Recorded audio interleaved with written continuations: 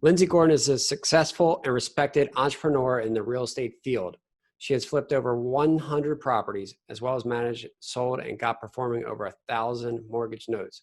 Currently, she is residing in Puerto Rico with her husband and 2-month-old twin boys. Her life is busy, that's for sure, but she is showing no signs of slowing down anytime soon. Her boys will be learning about the real estate business before they can crawl. Hello, Lindsay. Thank you for joining us today. I am sure you're quite busy these days. I've known Lindsay for a number of years now, and we both moved to Puerto Rico at the same time in 2014. We started working together back in 2011 and have multiple partnerships that have realized great gains over the years. Lindsay, can you please start with giving us a brief history of your business accomplishments? Hi, yes, thanks for having me. I'm definitely honored to be able to work with Joe. And over the years, I started when I was 22 years old, straight out of college, investing in real estate in the Philadelphia area with rental properties and flipping houses. And then from there, we decided to invest in distressed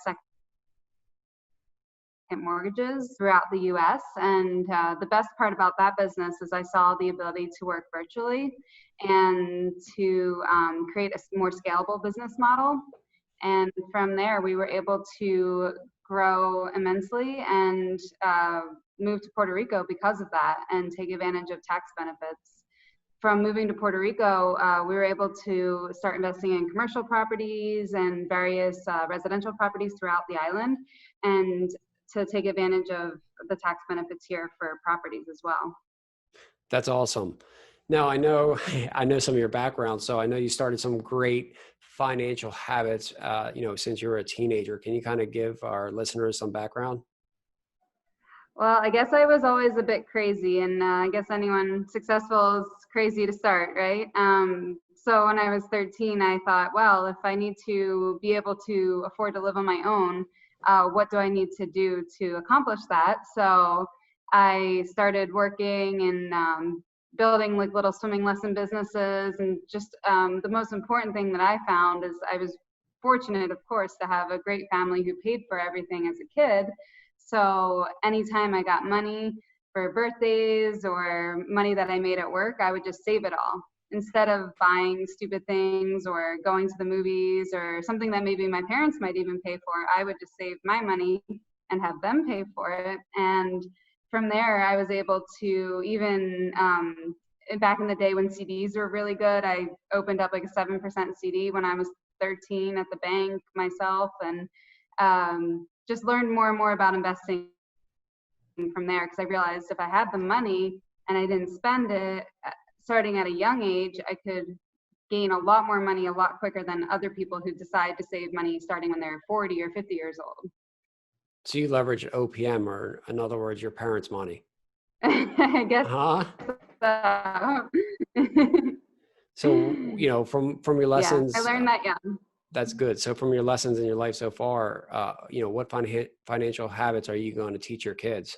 Well, I definitely am interested. Hopefully they just think the way that I do about like not frivolously spending money, because that's just easy for me. I have a hard time actually spending money. So hopefully they have that. If not, then I'll definitely try to teach them from when they're just a few years old on how to make money, how they can have little jobs around the house or something. I think there's a lot of missed opportunities in just giving kids money or giving kids an allowance for them not doing anything. I think they should have to earn what they're getting. And even if they want to go do something fun, maybe there's ways that they could work towards that instead of just having everything given to them. Because a lot of people think that things will just be given to them in life, and it's definitely not if you really want to make money. I heard out of on some other channel that bribery is a great way to get kids to do things, and was done by a study from a university. And they said, it's definitely something to use. And kind of what you're saying now is, at least if you're going to get them to do things, you might as well pay them, right? And then have them take care of themselves and buy their own things. Exactly. I mean, if you plan to give your kids the money anyway to buy a bike or to go do an activity with their friends, you might as well make it a learning opportunity. Yeah, I got my kids started. They get $1 here and there for doing things. I'm like, you guys got to start making your own money.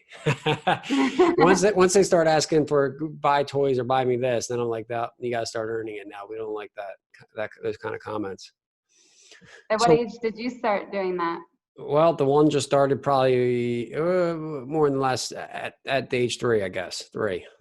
The other one doesn't have concept, but once they start, like I said, once they start asking for toys or realize when you go to a store and then they go, well, can you buy me a truck? Then that's like, okay, you got to start making some money,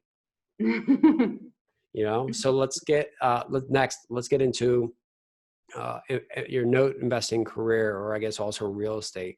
Um, how was it going from, going to school to become a school teacher to jumping into real estate and having a career change, and why, you may advise other people to do the same thing? Well, I think I was very fortunate to have a solid job. I always liked that model. Even when I was 13 and didn't need that model, I would always teach swimming lessons full time, where I got a check, and I knew exactly at the end of the month I would have X number of dollars.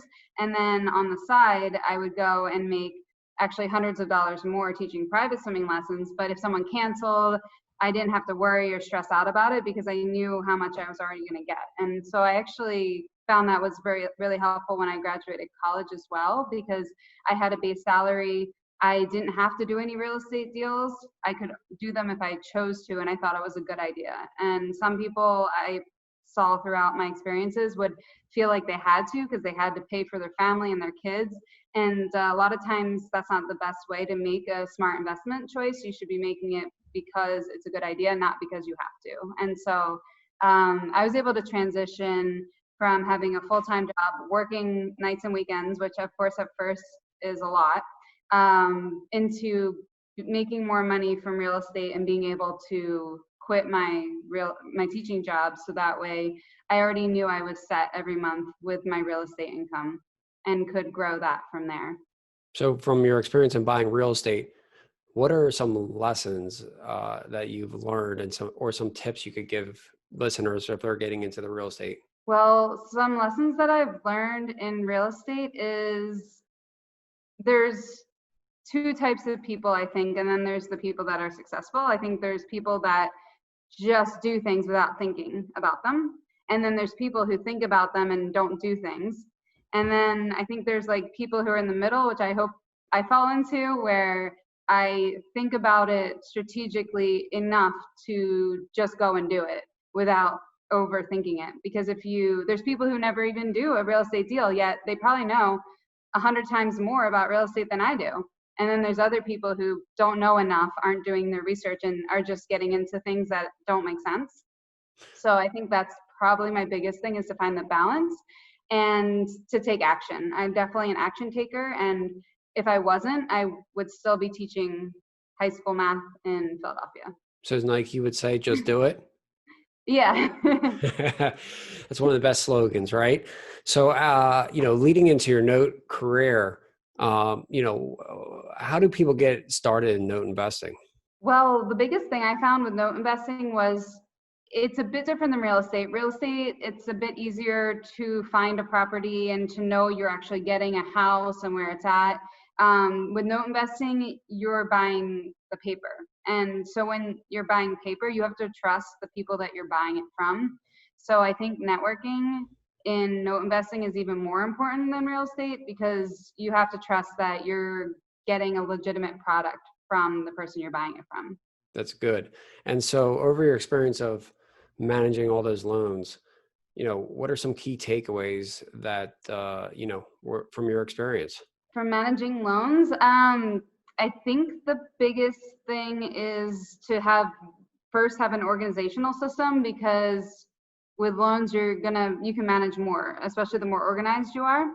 I think another thing with loans that I found, if you're trying to negotiate the loan and trying to get them performing or getting them to pay, is you have to be strong in negotiating, and you have to see through what are lies and what is actually the truth by getting the evidence from the borrower. So it might take 10 conversations, but if on the 10th conversation you find out that they had $50,000 in their IRA and they can use that to pay off their loan, then it was worth it to have the extra calls and spending the extra time. So I think it's very important to like establish that relationship with the borrower. That's good. And where do you see the the note marketplace going here in the future, or at least your opinion of what's going on in the world? Well, I'm hopeful that there might be more opportunities in notes again, because a lot of the opportunities came from 2008 during the financial crisis. So if we do have if we do have more people that aren't paying their mortgages, maybe there would be more opportunity to buy loans at a discount again and to be able to invest in mortgage notes. That's great. And so moving on to maybe one of the best lifestyle and tax opportunities, that's been available in a long time, and your move to Puerto Rico in 2014. How did you make that decision? Well, I was luckily I was 28, single, and I had bought a house, but I figured I know how to sell a house, so why not move to Puerto Rico and take advantage of the tax benefits? Because if you calculate how much money you could save each year, it's like doubling your business right off the bat, and you don't have to work twice as hard. I found that I worked less and less and made more and more and saved more and more of it. So it seemed like a no-brainer. I actually didn't even know much about Puerto Rico, but I came down and I found out that it's 80 degrees all year round. I don't have to scrape ice off my car. I don't even have to drive into an office. I can network with some of the most successful people that I've ever met that are more my age and not 60-year-old men that are about to retire. So everything about it was more than I ever expected. So if someone wants to move to the island, where do they first get started, or, figure out where to go or how to take care of business? Well, there's definitely, we somehow by accident created some groups that were just started with a yoga group and they turned into like networking WhatsApp groups. Those are great ways to get started, to figure out like where would be the best place for me to live and, connect with other people that are here that are maybe in the same situation you are. And there's also a bunch of Facebook groups that are really good as well, for like newcomers to Puerto Rico and the Act 2022 Facebook groups. They can help you to make decisions.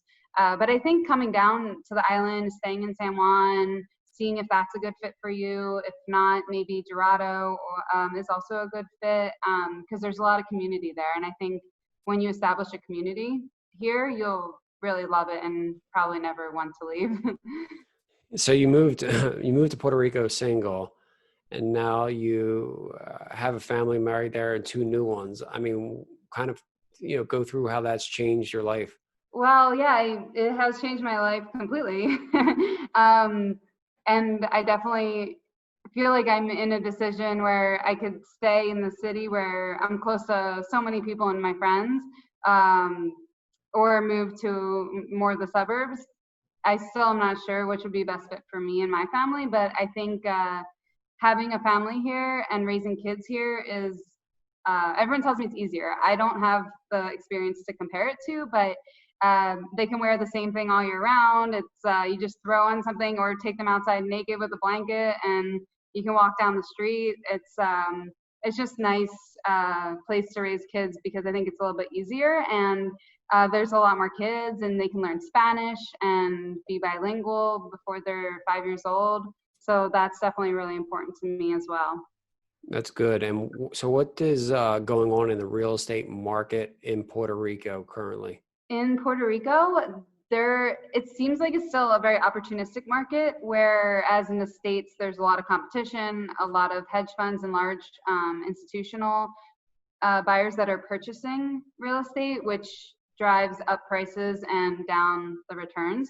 So in Puerto Rico, I think there's a lot more opportunity. We've been able to get in with all of the big banks, buying directly from them, and we've been able to get really good pricing. And even when I question, can we sell these properties, I sell those properties somehow. So I think the resale market is always there, even through me selling properties through Hurricane Maria and the earthquakes and anything you can imagine, the properties still sell, even when you think it's going to slow down.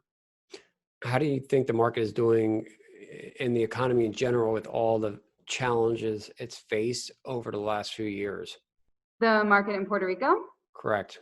I think I think it's as strong as it ever was since I've been investing here in 2015. I know before that, pre 2008, the market was different, a lot stronger. And in the 90s, it was a different market. But from what I see now, I don't see it going down. I see it getting, if not anything, but better and better, actually. Yeah, Over the for everybody listening, just because what you see on the news doesn't always dictate exactly what's going on in the economy locally. And Puerto Rico has definitely been pretty strong from over the last few years when it comes to the real estate sales. So Oh, definitely. And I think the biggest thing, I think they always want to make Puerto Rico look really bad. So anything you hear on the news, if you called me up and asked me about it, I would probably wonder what you're talking about. Because what actually is happening is always different than what they're trying to portray.